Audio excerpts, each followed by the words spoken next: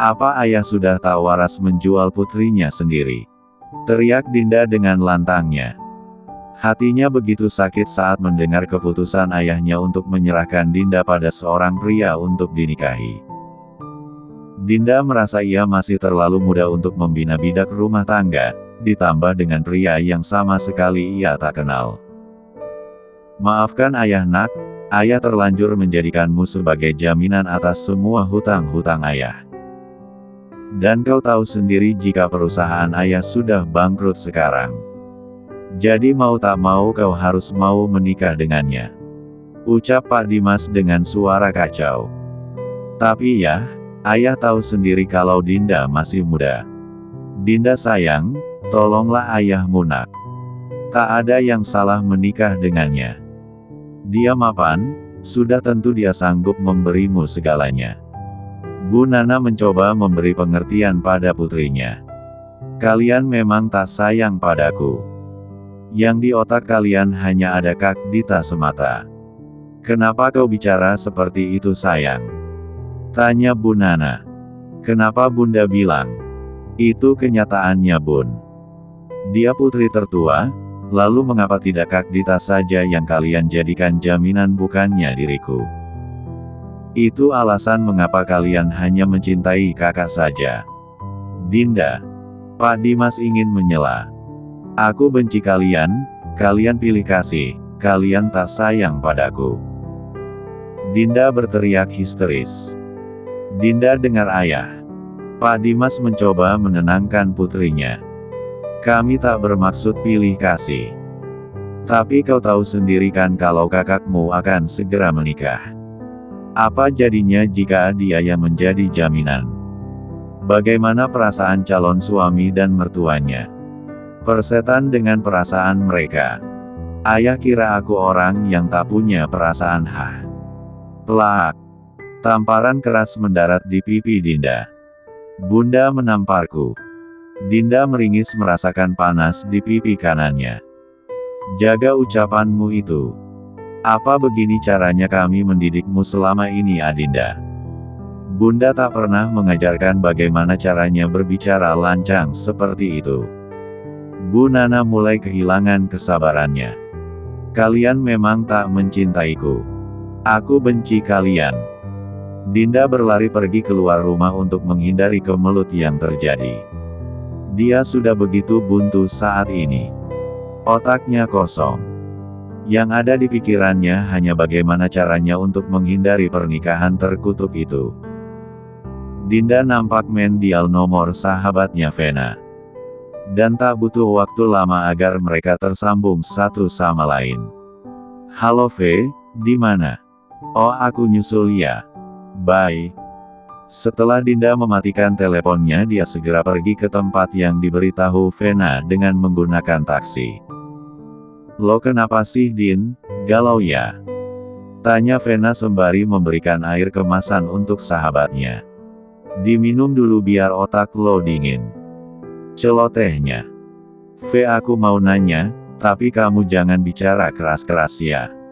Apa sih? Kepo deh gue. Lo tahu orang yang bernama Revandra Bagaskara nggak? Bisik Dinda. Taulah, terkenal gitu. Serius lo, kok bisa tahu? Hello. Gue Vena ratu gosip setongkrongan ini ya jelas taulah. Apa yang lo tahu darinya? Tanya Dinda antusias. Memangnya kenapa sih? Kamu ada masalah ya sama orang penting itu? Bukan gue kali, tadi ada yang ngobrol nyebut nama dia, kepo deh aku. Dinda mencoba membuat Vena tak curiga. Emangnya dia siapa sih? Tanya Dinda sekali lagi. Konglomerat misterius. Ucap Vena singkat. Kok? Soalnya nggak ada banyak berita tentangnya. Berita yang beredar juga nggak jelas dari mana datangnya. Memang misterius. Dinda mengangguk setuju. Istri. Ditambah katanya dia sudah punya 3. Blur. Dinda yang tengah meminum air yang Vena beri tak sengaja menyemburkan air dalam mulutnya. Di parah deh. Vena mengambil tisu dan mengelap wajahnya yang basah. Sorry, lagian berita lo itu amazing tahu nggak?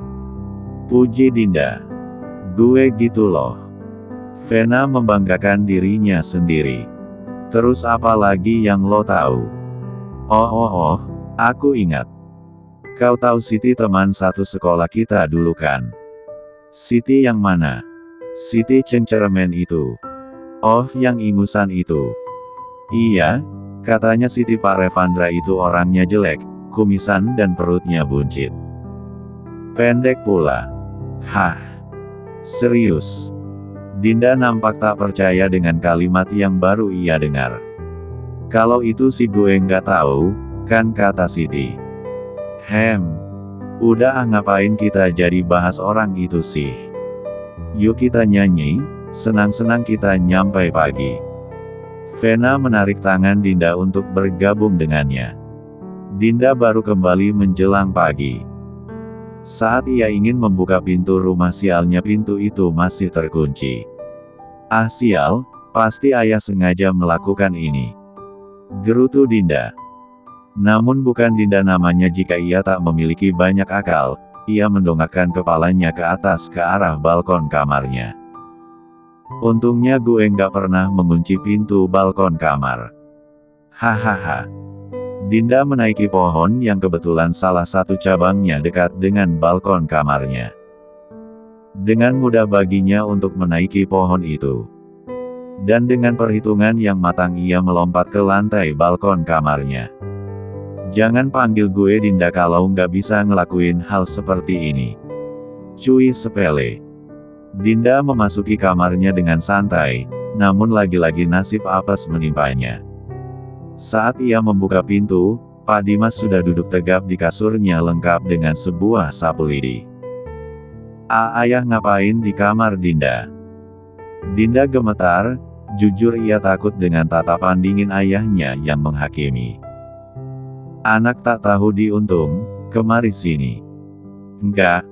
Dinda menolak perintah ayahnya. Kemari atau apa? Ayah mau memukulku. Ayo pukul saja Dinda sampai mati. Itu lebih baik daripada Dinda harus menikah dengan tua bangka itu. Siapa yang kau sebut tua bangka?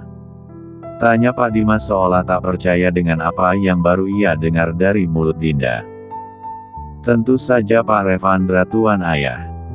Dinda jangan kurang ajar kamu. Ayo pukul saja aku ayah.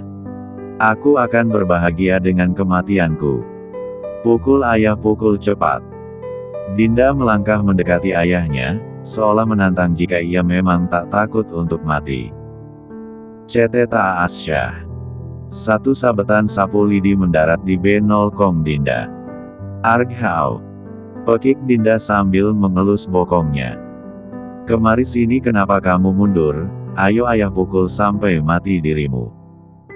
Sial, ayah ternyata serius ingin menjualku. Tapi ini sakit sekali loh. Ayah tega sekali padaku. Batin Dinda sambil meringis nyeri karena sabetan sapu lidi ayahnya. Mikir apa kau? Cepatlah. Ampun ayah, maafin Dinda. Bak langit dan bumi, sikap Dinda yang garang kini menciut nyalinya. Dia merengek menangis sambil memeluk kaki Pak Dimas. Dinda salah, Dinda kurang ajar. Hua. Pak Dimas sebenarnya tak tega, namun tentu sebagai orang tua beliau harus tegas dalam mendidik putrinya itu. Dinda yang cantik namun pembangkang dan keras kepala. Dia harus secepatnya belajar tata krama dan mendewasakan dirinya sendiri. Dia bukan anak kecil lagi sekarang, sebentar lagi dia akan berganti status menjadi seorang istri. Dan Pak Dimas berharap agar putrinya itu segera mempersiapkan diri dengan baik. Bu Nana tengah mengoleskan salep pada luka di bokong Dinda. Dengan satu sabetan saja sudah berhasil membuat luka di bokong mulus putrinya. Lagian kau ini kepala batu. Batu bertemu batu tentu akan menimbulkan api. Dan kau batu kerikil tak tahu diri ingin memecahkan batu kali. Tak bisa dibayangkan memang. Pelan-pelan Bun, itu aset Dinda yang berharga. Bunda harus menyembuhkan luka itu sehingga tak berbekas nantinya. Pinta Dinda. Sudah untung Bunda bantu oleskan obat. Ucap Bu Nana seraya menekankan jarinya di luka Dinda. Aos sakit tahu. Pekik Dinda. Dinda refleks langsung duduk, walau masih nyeri tapi ia paksakan untuk duduk. Kenapa sih kalian ingin sekali membuangku? Memangnya kenapa kalau aku tak menikah dengan pria tua itu? Kau lupa tamparan Bunda kemarin. Mana mungkin. Dinda menggosok-gosok pipinya sendiri seraya berharap menemukan gambar tangan ibunya itu. Tapi kenapa Bunda? Lirih Dinda. Bu Nana yang melihat raut wajah memelas putrinya tentu sebenarnya tak tega untuk memberikan masa muda putrinya untuk pria itu. Pria yang bahkan Bu Nana dan Pak Dimas tak tahu tampangnya. Karena selama ini dalam menjalankan bisnisnya mereka bertemu dengan perantara orang dekat Pak Revandra. Dan rumor-rumor yang melekat pada orang itu juga membuat Bu Nana tak sepenuhnya rela. Jika Dinda tak mau menikah dengan dia, maka ayah dan bunda harus masuk penjara karena utang yang sangat banyak itu. Dinda menatap wajah ibunya dalam-dalam. Jelas di sana terlukis kekhawatiran yang begitu mendalam. Dinda berpikir jika ibunya itu khawatir akan kehidupan Dinda dan adik bungsunya jikalau mereka meringkuk di balik jeruji besi. Untuk Dita mereka tak terlalu khawatir karena dia sudah akan memiliki pendamping hidup sendiri. Biarkan Dinda berpikir lagi ya Bun. Satu kalimat itu bagaikan angin segar dalam keluarga Pak Dimas. Bu Nana memeluk putrinya itu erat-erat dan berterima kasih karena sudah mau bersikap dewasa. Hari ini Dinda dibawa kedua orang tuanya ke perusahaan milik Pak Revandra. Takjub sebenarnya dengan perusahaan milik calon suaminya itu. Namun Dinda tentu khawatir akan nasibnya kelak. Memasuki sebuah ruangan khusus, seseorang yang katanya asisten pribadi Pak Revandra datang dengan sebuah dokumen penting di tangannya. Silahkan Pak Dimas tanda tangan bersama dengan istri. Dengan senang hati ayah dan ibu Dinda menorehkan tanda tangan yang diarahkan orang itu. Dinda hanya bisa membantu menyaksikan hal semacam transaksi jual beli itu. Hutang kalian akan dianggap lunas saat Dinda sah menjadi istri tuan kami. Dan pada hari itu juga kalian harus menyerahkan sepenuhnya putri Anda pada tuan kami. Dan kalian tidak berhak lagi untuk ikut campur dalam hidupnya kelak. Ingin menangis memang, tapi Dinda tak bisa berbuat apapun. Ia ingin pergi jauh, namun Dinda adalah anak berbakti yang begitu menyayangi keluarganya. Anggap saja Dinda sekarang sedang melakukan baktinya untuk yang terakhir kali. Dan untuk acara pernikahannya akan kami beritahukan secepatnya. Setelah mengucapkan kata itu, asisten Pak Revandra itu pamit undur diri untuk melanjutkan kesibukannya yang lain. Dengan langkah gontai Dinda berjalan ke kasurnya. Membanting tubuhnya di kasur. Empuk yang selama ini menemani tidurnya. Entah kesalahan apa yang aku buat di masa lalu sehingga karmanya sebesar ini. Apa Dinda ini kuat ya Tuhan? Keluh Dinda. Tok, tok, tok. Sebuah ketukan kecil berhasil membuyarkan lamunan Dinda. Masuk aja. Ucap Dinda pelan. Ternyata kakak sulungnya Dita datang. Dengan tentengan besar di tangannya dia menemui adiknya dengan maksud untuk sedikit menghibur dan menyemangatinya. Nih baju buat lo. Makasih. Ucap Dinda singkat. Dita duduk dan menarik Dinda ke pelukannya. Maafin kakak ya. Tangis Dita pecah di pundak Dinda. Kenapa kakak minta maaf? Seharusnya kakak yang di posisi itu, tapi... Dita seolah tak sanggup lagi melanjutkan perkataannya. Tak apa kak, asal kak Dita dan Dio aman Dinda akan baik-baik saja. Dinda menepuk lembut punggung kakaknya. Hua. Dita menangis sesenggukan. Dia merasa gagal untuk melindungi adiknya. Sebagai kakak tertua harusnya ia yang berada di garda terdepan, namun nyalinya begitu kecil karena keegoisannya sendiri. Nasi sudah menjadi bubur, hari pernikahan adiknya mungkin sudah ditentukan. Dan dia tak bisa melakukan apapun lagi sekarang. Nih ya kopinya. Bu Nana menyuguhkan kopi buatannya untuk Pak Dimas yang baru saja pulang. Makasih Bun.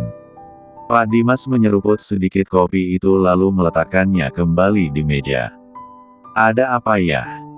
Seolah tahu isi pikiran suaminya, Pak Dimas menatap dalam wajah Bu Nana. Harinya sudah ditentukan dan itu 2 hari lagi.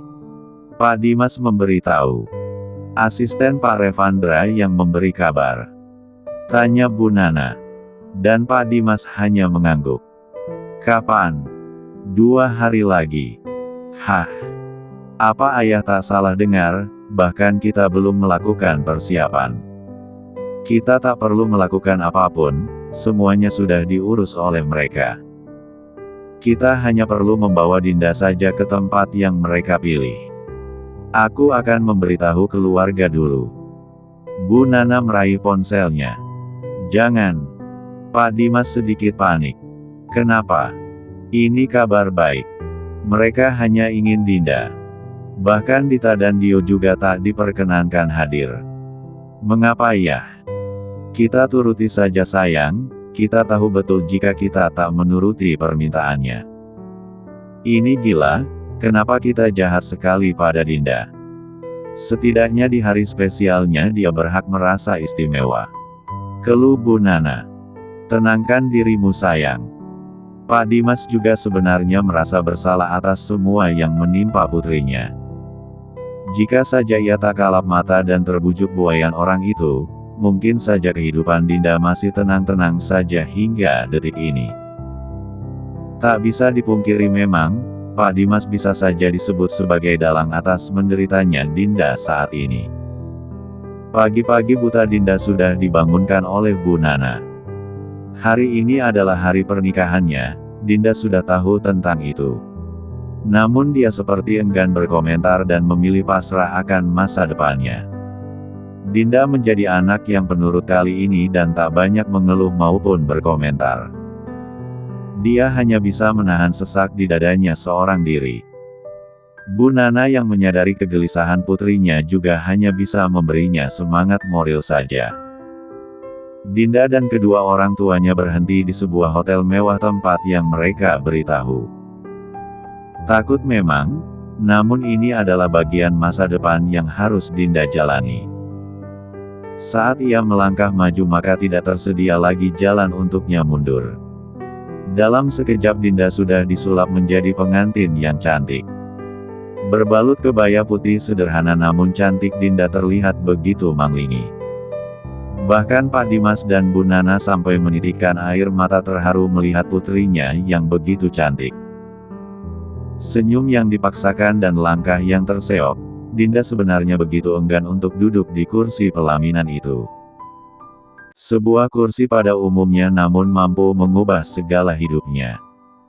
Dinda meremas kebayanya dengan erat, dia begitu gugup untuk melewati semua ini.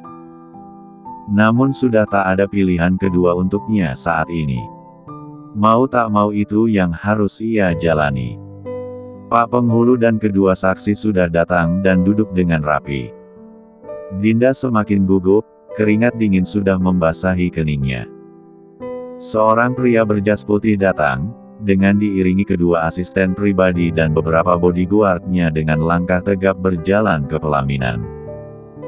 Namun yang menarik perhatian adalah pria itu memakai topeng menutupi kedua mata dan hidungnya.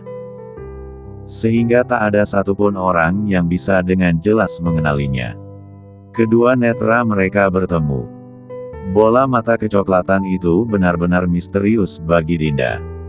Orang yang akan menjadi suaminya itu sama sekali tak tersenyum padanya. Hanya duduk dan meminta untuk segera memulai acaranya. Saya terima nikah dan kawinnya Adinda Maharani binti Dimas Raharja dengan mas kawin logam mulia seberat 500 gram dan uang tunai 300 juta rupiah dibayar tunai.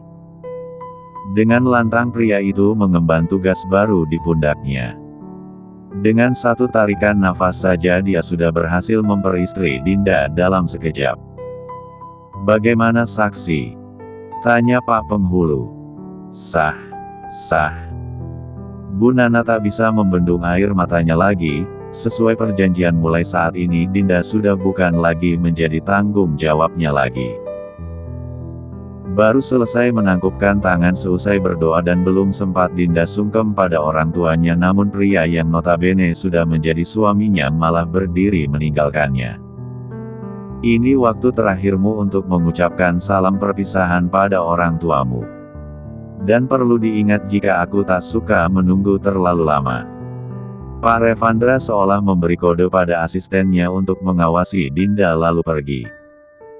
Bu Nana menghampiri Dinda dan memeluknya. "Maafkan kami nak, kami orang tua terbodoh di dunia ini." Bu Nana meraung. Dadanya terasa sesak saat membayangkan putrinya harus hidup dengan pria tak berperasaan itu. Pak Dimas tak bisa berkata apapun lagi, lidahnya keluh. Dia sangat menyesal dengan yang menimpa Dinda. "Sudahlah Bun, Dinda tak apa. Mungkin memang sudah nasib Dinda begini adanya. Kalian harus tetap hidup bahagia dengan atau tanpa Dinda ya. Dinda sangat mencintai kalian. Ucapkan salam pada Kak Dita dan Dio ya Bun." Dinda belum sempat berpamitan pada mereka. Anggap ini sebagai bakti Dinda yang terakhir. Entah kapan Dinda bisa bertemu kalian lagi. Tapi semoga Tuhan segera mempertemukan kita lagi ya. Dinda pamit ya. Ayah harus jaga Bunda. Dinda memeluk erat Bu Nana kemudian Pak Dimas secara bergantian. Sebenarnya ia enggan untuk melepaskannya. Namun tiba-tiba saja salah seorang asisten Pak Revandra datang dan menarik Dinda untuk pergi. "Jaga diri kalian baik-baik. Dinda sayang kalian." Teriakan dan tangisan Dinda yang begitu menggema membuat Bu Nana tak kuasa menahan tangisannya. Beliau bersimpuh karena lemas. Dinda hanya duduk termenung keluar jendela mobil mewah yang tengah berjalan itu. Ia sudah berada di dalam mobil itu kurang lebih 1 jam lamanya. Namun sepertinya belum ada tanda-tanda mobil itu akan berhenti. Bahkan Dinda sadar jika ini sudah sangat jauh dari kota tempat ia dulunya tinggal. Entah mau dibawa Dinda kali ini, namun ia hanya bisa pasrah dengan hidupnya. Dinda memilih tak berkomentar, bahkan hanya sekedar meminta minum saja ia belum berani. Tatapan mengintimidasi kaki tangan Pak Revandra begitu mengerikan baginya yang masih terlalu muda. "Kita sebentar lagi sampai Nyonya," ucap salah seorang asisten Pak Revandra untuk memecah lamunan Dinda. "Oh." Dinda ingin berkata lebih sebenarnya, namun yang keluar dari mulutnya hanya kata itu saja. Dinda seketika tersadar saat laju mobil perlahan lambat. Memasuki kawasan sepi penduduk membuatnya sedikit tertegun. Kawasan yang lebih mirip seperti perkebunan atau semacamnya.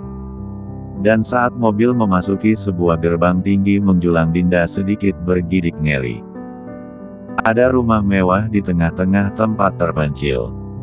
Batin Dinda